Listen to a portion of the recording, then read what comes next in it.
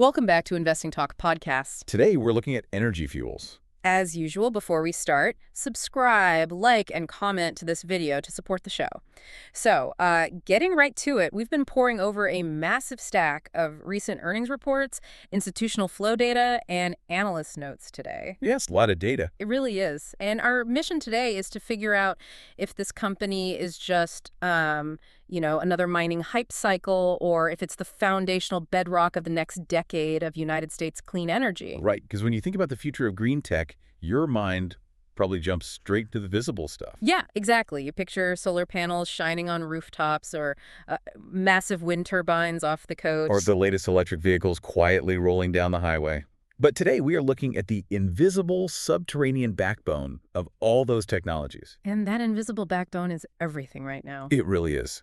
We are talking about the raw materials that make the green transition physically possible. If you are paying attention to the broader market, you cannot view energy fuels as just a standard mining play. No, not at all. You have to see them as a critical piece of the domestic clean energy puzzle. They already have an established, robust footprint in uranium production. Which is incredibly vital right now as nuclear energy makes this massive global comeback. Right, to support baseload power for things like artificial intelligence data centers. Yeah. But where the market is really paying attention, where the smart money is looking, is their emerging dominance in rare earth elements. Yeah, and we need to spend a minute on why that specific shift matters so much to the broader supply chain right now. Definitely. Because the world is quickly realizing that having the best clean energy technology doesn't mean anything if you do not control the raw materials required to actually build it. Exactly. Yeah. It's a massive, almost panic shift toward securing domestic supply chains and moving away from international reliance. And Energy Fuels is positioning itself right at the intersection of that panic and preparation. They are. Let's unpack the business model and dive into the fundamentals, because to really understand the scale of what they are attempting, the numbers from their final quarter of 2025 are, well, they're incredibly telling. Very telling. They reported final quarter sales of over $27.1 million. Which is huge. It is. To put that in perspective for you, Wall Street was only estimating about $21.8 million, so they absolutely crushed those expectations. And looking at the full year for 2025, they generated $48 million in total revenue. Right. They achieved that by selling 650,000 pounds of uranium at a weighted average realized price of about $74.21 a pound. Which tells you they are actively capitalizing on a very strong pricing environment for nuclear fuel. They are pulling material out of the ground and selling it at a highly favorable price point. Which shows real operational execution. Yeah, they aren't just some paper companies sitting on unproven reserves. But hold on. Top-line revenue is great, but let's look at the actual bottom line, because when you dig into the profit metrics, it gets incredibly messy. Fair point. They reported a negative earnings per share of 9 cents. Now, yes, to be fair, that is a 52.6% improvement year over year, but it's still negative. It is negative. And their profit margins, heavily negative at minus 130.6%. Yeah, that's a big number. Plus a negative return on equity of roughly 13%. If you're an investor looking at those metrics, you see a company that is currently losing money on every single dollar of revenue it brings in.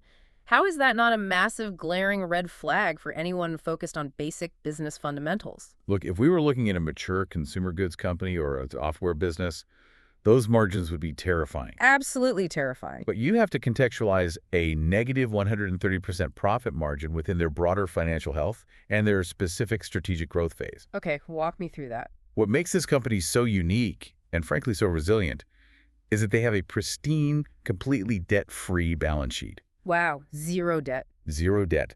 They are maintaining a $5.41 billion market cap without being leveraged to the hilt. Which is almost unheard of in the mining sector. I mean, usually ramping up heavy industrial production requires taking on massive crushing debt from major banks. Exactly. Yeah. And that debt-free status is their absolute secret weapon. It provides them with incredible flexibility to build their competitive moat.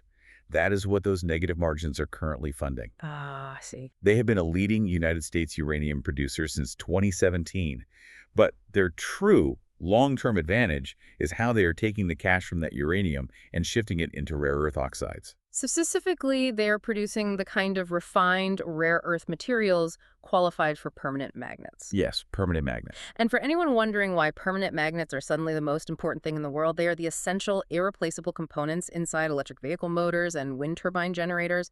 You literally cannot scale modern clean energy without them. You just can't. And right now, the global processing for those elements is heavily monopolized overseas. By developing the capability to supply both light and heavy rare earth oxides domestically, Energy Fuels is attempting to single-handedly secure the United States and allied supply chains.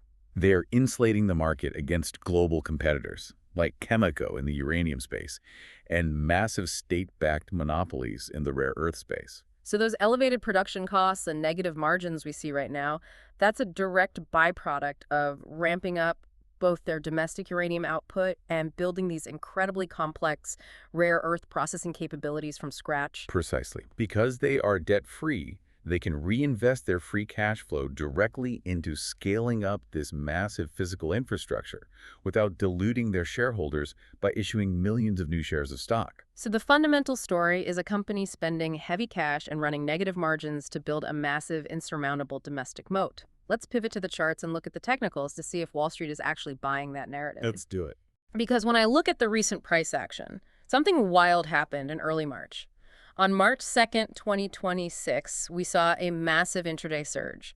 Shares jumped 8 to 9% in a single day to hit $23.14. A huge move. And I was looking at the volume data for that day.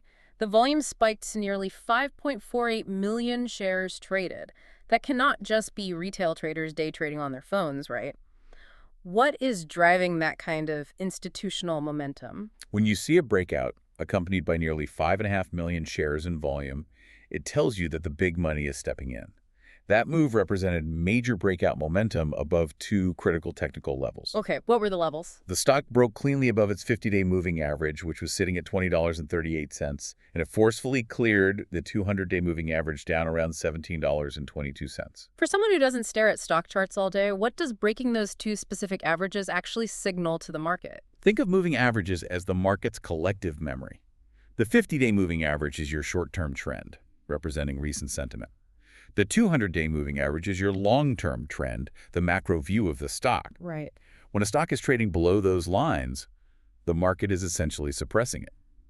But when a stock breaks above both of those lines forcefully, especially on 5.5 million shares of volume, it is like a commercial airliner breaking through heavy cloud cover into clear skies. So the ceiling becomes the floor. Exactly. It signals to algorithmic trading programs and massive institutional funds that a new, dominant upward trend is establishing itself. And looking at the momentum flow, there are two indicators that really stand out.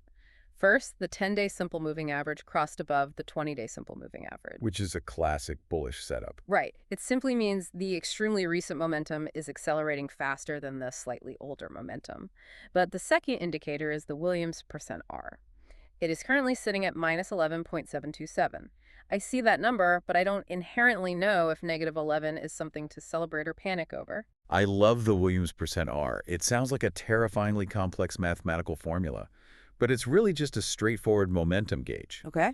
Think of it like a tachometer in a car that measures how overbought or oversold a stock is on a fixed scale from 0 down to negative 100. Right now, sitting around negative 11.7, it means the stock is highly overbought. But wait, normally overbought means it's time to sell because the stock has run too hot and is due for a pullback. In a normal sideways market, yes. But in the context of a massive volume breakout, a Williams percent R reading this close to 0 actually indicates extreme underlying strength. Really? Yeah, it's like redlining a sports car engine. Normally, if you redline an engine, you think it's going to blow up. But in this specific technical breakout, it just means the car is completely dominating the race. The buying pressure is so intense that the big funds are pinning the needle to the absolute top of the dial. It indicates a highly bullish continuation, not an immediate reversal. Shifting gears to sentiment, what is the street actually saying about this? Because right after they reported those earnings we talked about earlier, the ones with the big revenue beat but the negative earnings per share, the stock actually took a noticeable dip. It did. The market initially frowned at it. But then, almost immediately, the major analysts stepped in with some serious optimism.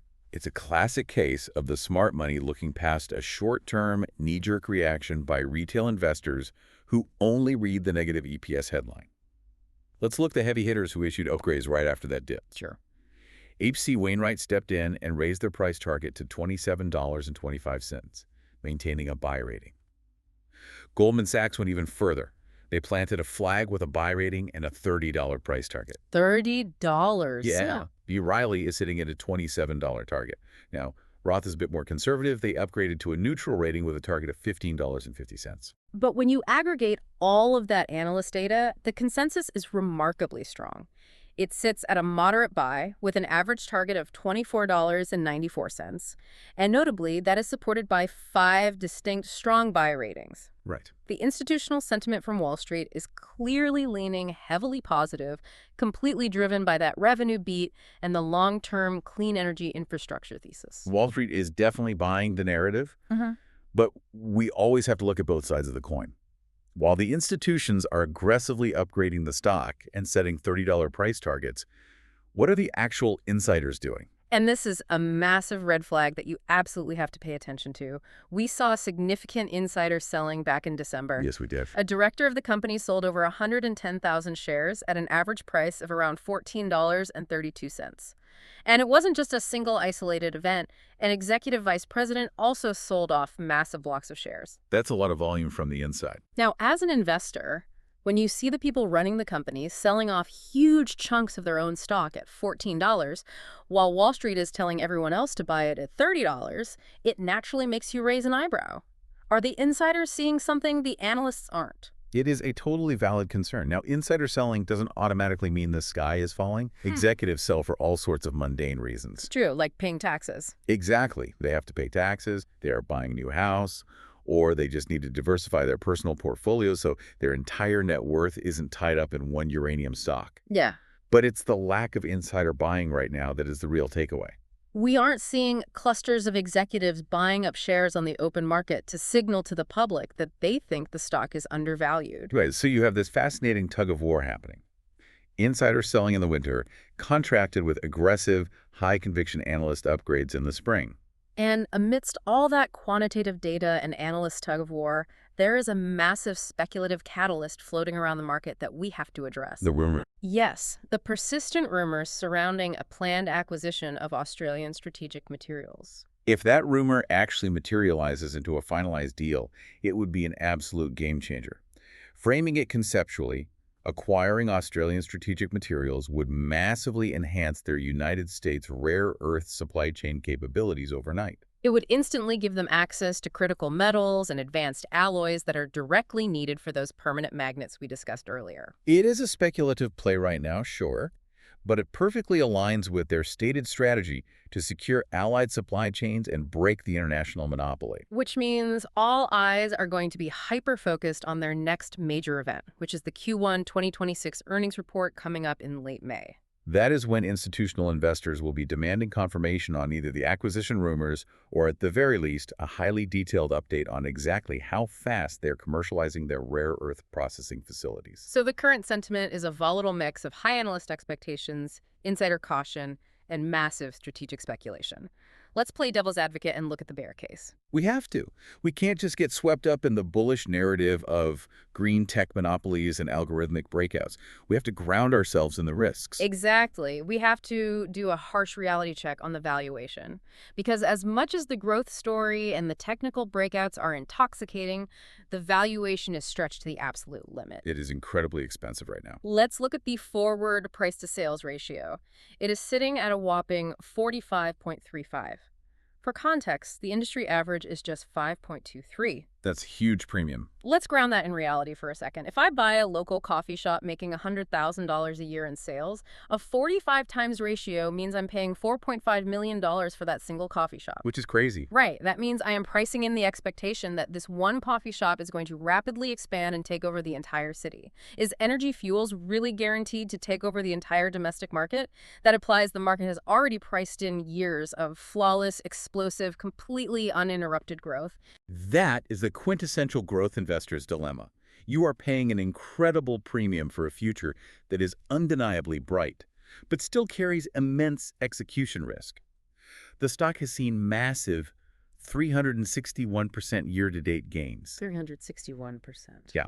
And when a stock runs that hard, that fast, you have to ask yourself, are all the geopolitical and operational risks already priced in? We know they are running those negative 130% profit margins right now. Right. We know they are highly vulnerable to any sudden weakness in the global price of uranium. If uranium prices drop, or if there is even a slight regulatory delay in their rare earth commercialization facilities, that 45 times sales premium is going to evaporate violently. It will. You combine that wildly stretched valuation with the insider selling we discussed, and the fact that the stock initially dropped after their recent earnings beat, it suggests we might be entering a cooling off period. Possibly. The early money has already made their 300% gains. Buying in right now means you are paying top dollar for operational execution that hasn't fully happened yet. The margin for error is essentially zero. The margin for error on their valuation is zero. Yes. But the mitigating factor against that bear case, and the exact reason why Wall Street analysts are still upgrading it despite the 45 multiple, is that debt-free balance sheet. Right, the zero debt. If they were carrying $1 billion in debt, a 6-month delay in a rare earth processing plant could trigger a liquidity crisis.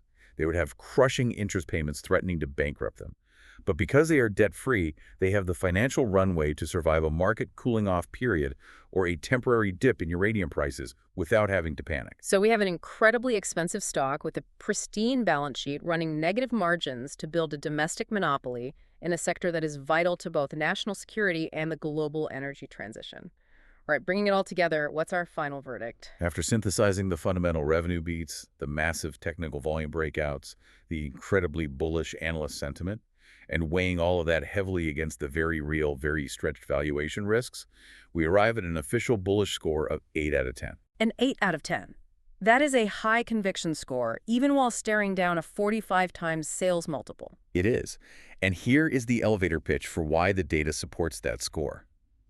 Despite the very valid valuation concerns, Energy Fuels is a debt-free leader in a sector that is becoming the absolute critical choke point for global infrastructure. The choke point. The surging demand for clean energy, combined with the desperate renaissance in nuclear power to feed data centers, makes their ability to commercialize rare earth elements incredibly valuable. They aren't just mining rocks. They are providing the necessary, completely irreplaceable ingredients for permanent magnets and securing allied supply chains away from foreign competitors. So given all of that, how should an investor approach this? This is definitively a multi-year hold. This is not a stock you buy to flip in 3 weeks just because the Williams %R is redlining.